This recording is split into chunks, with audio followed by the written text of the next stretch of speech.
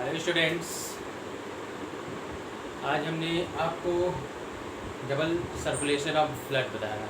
ठीक है, इसके पहले हमने आपको बताया था ह्यूमन हार्ट मीन्स मनुष्य का हृदय वो किस प्रकार काम करता है, उसमें क्या क्या चीज़ पाया जाता है जिसके कारण वो क्या करता है, ब्लड को सर्कुलेट करता है, परिसंचरण करता है। ठीक है, ये सारी चीज़ें हमने पिछली क्लास में बताई थी। इसकी कार्यविधि पूरी बताई थी, मैकेनिज्म क्या होती है। ठीक है, और उसके कार्य, एक हृदय के क्या कार्य होते हैं, ये सारी चीज़ें हमने आपको एक्सप्लेन करी। ठीक है, आज हम देखेंगे इसमें जो हमारा डबल सर्कुलेशन ऑफ ब्लड होता है, मतलब रुधिर का परिसंचरण, ठीक है, कैसे होता है हमारे शरीर में, पूरी बॉडी में। ठीक है, कैसे वो पंप करता है।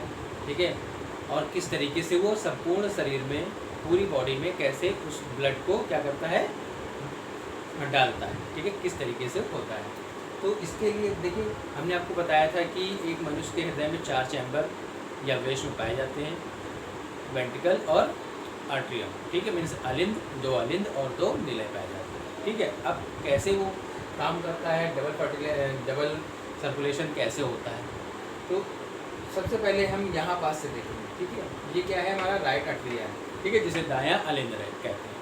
तो राइट आर्ट्रिया में क्या आता है, जो सुपीरियर और इन्फीरियर वेना कवा होती है, वहाँ से क्या होता है, जो ब्लड इम्प्योर होता है, अशुद्ध रुधिर जो होता है, वो सुपीरियर और इन्फीरियर वेना कवा से राइट आर्ट्रियम में आता है। ठीक है, जैसे कि हमने बताया था उसमें भी आपको। ठीक है, तो इसमें क्या है, राइट आर्ट्रियम में जैसे ही जो इम्प्योर ब्लड आता है यहाँ पास आ जाता है, और राइट आर्ट्रियम में आने के बाद ये क्या करता है, यहाँ पास राइट वेंट्रिकल में जाता है।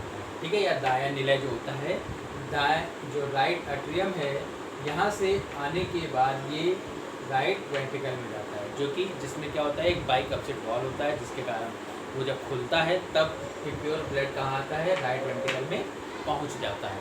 ठीक है, यहाँ पास आने के बाद जो हमारा बाइकप्सिड वॉल होता है वो बंद हो जाता है फिर से। ठीक, ये हमने बताया, जो सिस्टोल और डायस्टोल, अनुशीतलन और प्रकुंचन जो दाब होता है, उसके कारण ये फैलता है और सिकुड़ता है ना। ठीक, जब राइट वेंट्रिकल में आ जाता है तो इसके बाद वो जो हमारा ये होता है, अशुद्ध रक्त होता है, वो क्या होता है, डीऑक्सीजनेटेड होता है, मीन्स उसमें ऑक्सीजन उपस्थित नहीं होती है। ठीक है, तो डीऑक्सीजनेटेड ब्लड होता है, ऑक्सीजन रहित ब्लड होता है। ठीक, उसके बाद ये क्या कहाँ जाता है, पल्मोनरी आर्टरीज में जाता है। ठीक है, पल्मोनरी आर्टरीज या फुसफुस धमनी से होते हुए ये कहाँ पहुँचता है, फेफड़ों में। ठीक है, या लंग्स में पहुँचता है। यहीं पास क्या होता है, हमारा ब्लड प्योर होता है। ठीक है, फेफड़ों में ही हमारा जो ब्लड है, इम्प्योर ब्लड है, वो क्या होता है, प्योर होता है। ठीक, फेफड़ों में प्योर होने के बाद ब्लड क्या करता है, यहाँ से क्या करता है, जब शुद्ध हो जाता है तो वो कैसा हो जाता है, ऑक्सीजनेटेड ब्लड हो जाता है।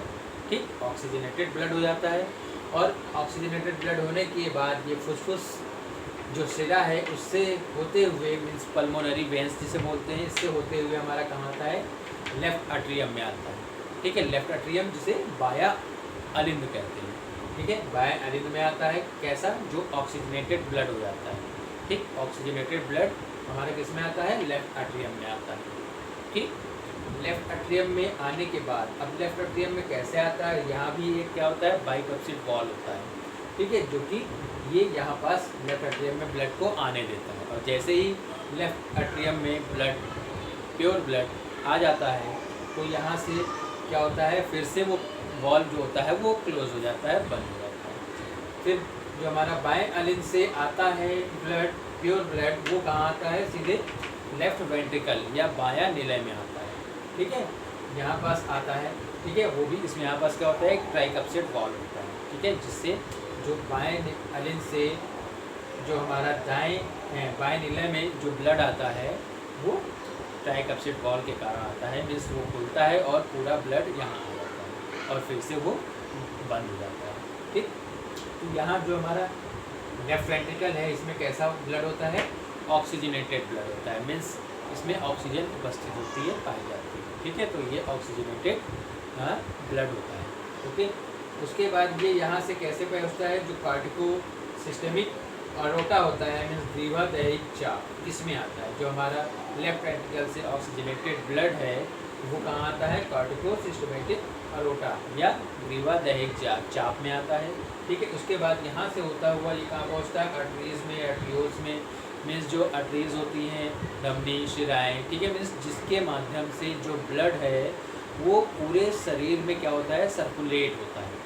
ठीक, तो वहाँ पास पहुँचता है। ठीक है, इसी के माध्यम से क्या होता है, सारे शरीर में क्या होता है, जो ब्लड होता है वो सर्कुलेट होता है, पहुँचता है, उसका परिसंचरण होता है। ठीक, इसके बाद ये क्या है, देखिए टिश्यूज़ और ऑर्गन्स में जो हमारा ऑक्सीजनेटेड जो ब्लड है वो कहाँ होता है, ऊतक और अंगों में। ठीक, ऊतक और अंगों में मतलब जितने भी अंग हैं हमारे शरीर में वहाँ पहुँचता है। ठीक, वहाँ से पहुँचने के बाद ठीक हमारे शरीर में पूरा ब्लड सप्लाई हो गया, पहुँच गया। ठीक है, तो यहाँ से ये पूरी क्रिया क्या होती है, पूरी हो जाती है। ठीक है, क्योंकि यहाँ कैसे हुआ, यहाँ पास जो हमारा ब्लड आया, इम्प्योर ब्लड आया, इम्प्योर ब्लड यहाँ पास आया राइट एट्रियम में। इसके बाद हमारा दायां निलय में आया, मीन्स राइट वेंट्रिकल में, जो कि डीऑक्सीजनेटेड होता है। फिर पल्मोनरी आर्टरी में आता है, मीन्स फुसफुस धमनी में। उसके बाद फेफड़ों में जाकर ये जो इम्प्योर ब्लड है वो प्योर होता है। ठीक है, और ऑक्सीजनेटेड हो जाता है। ठीक है, तो उसके बाद क्या होता है, पल्मोनरी वेन्स के द्वारा ये कहाँ आता है, लेफ्ट एट्रियम में आता है, मीन्स बायां लिंब में। और बायां लिंब से होता हुआ ये लेफ्ट वेंट्रिकल में आता है। ठीक है, जो कि बायां निलय कहलाता है। यहाँ पास क्या होता है, ऑक्सीजनेटेड ब्लड होता है, मीन्स ऑक्सीजन युक्त ब्लड होता है। ठीक है, ये किसके थ्रू आता है, वॉल्व होते हैं बाइकॉप्सिड और ट्राइकॉप्सिड, जिसके कारण वो खुलती है, तब जाके ऑक्सीजनेटेड या डीऑक्सीजनेटेड ब्लड आता है और वहाँ पास से वॉल्व बंद हो जाता है। उसके बाद यहाँ ग्रीवा दहेक चाप है, यहाँ पास से ऑक्सीजनेटेड ब्लड आता है और ब्लड आने के बाद ये विभिन्न आर्टरीज में बढ़ जाता है और यहाँ से ही क्या होता है, जो ब्लड होता है वो हमारे पूरे शरीर में प्रवाहित होता है, सर्कुलेट होता है। ठीक, और उसके बाद जब यहाँ पास पूरा हो गया, ठीक, तो उसके बाद फिर से वही क्रिया करेगा। ये तो है नहीं कि एक बार इम्प्योर हुआ ब्लड है वो प्योर हुआ उसके बाद ख़त्म हो गया। ठीक है, तो यहाँ पास से फिर क्या होता है, फिर से डीऑक्सीजनेटेड जो ब्लड होता है वो वेन्स के माध्यम से क्या होता है, फिर से यहाँ पास दायां लिंब में आता है, जो कि किसके माध्यम से, सुपीरियर और इंफीरियर वेना कोवा के माध्यम से फिर से वो वापस दायां लिंब में या राइट एट्रियम में आता है। ठीक है, तो इस तरीके से ये रुधिर परिसंचरण, दोहरा रुधिर परिसंचरण होता है। ठीक है, इसी तरीके से ये बढ़ता है, चलता है और चलने के बाद फिर से ये प्योर होता है। प्योर होने के बाद प्योर सभी अंगों में जाता है, ऑर्गन्स में जाता है और उसके बाद फिर से वो डीऑक्सीजनेटेड जो अशुद्ध होता है वो फिर से वेन्स के माध्यम से, सुपीरियर और इंफीरियर वेना कोवा के माध्यम से फिर से राइट एट्रियम में आता है। ठीक है, तो ये हमारा दोहरा परिसंचरण है। तो इसमें दो मुख्य भाग होते हैं, एक पल्मोनरी सर्कुलेशन होता है, जिस फुफ्फुस परिसंचरण होता है। ठीक है, जिसमें क्या होता है, डीऑक्सीजनेटेड ब्लड प्योर होता है। ठीक, और दूसरा हमारा होता है सिस्टम सर्कुलेशन, जिसमें क्रमबद्ध संचरण होता है, मीन्स जो ऑक्सीजनेटेड ब्लड होता है वो वेज से जो हमारा आर्टरीज है उसके माध्यम से सारे शरीर में पहुंचाने का काम करता है। ठीक है, और उसके बाद जो इम्प्योर ब्लड होता है फिर से राइट एट्रियम में ले आता है। ठीक है, तो एक पल्मोनरी सर्कुलेशन और दूसरा क्या है, सिस्टमेटिक या सिस्टेमिक सर्कुलेशन। ठीक है, जिसे क्रमबद्ध संचरण या परिसंचरण कहते हैं। ठीक, और रुधिर परिसंचरण की खोज किसने की थी, विलियम हार्वे ने की थी। ठीक है, ये आप याद रखिएगा। ठीक, ये हमारा डबल सर्कुलेशन ऑफ ब्लड था। ओके, अगर कोई भी प्रॉब्लम हो तो हमको बताइएगा। ओके।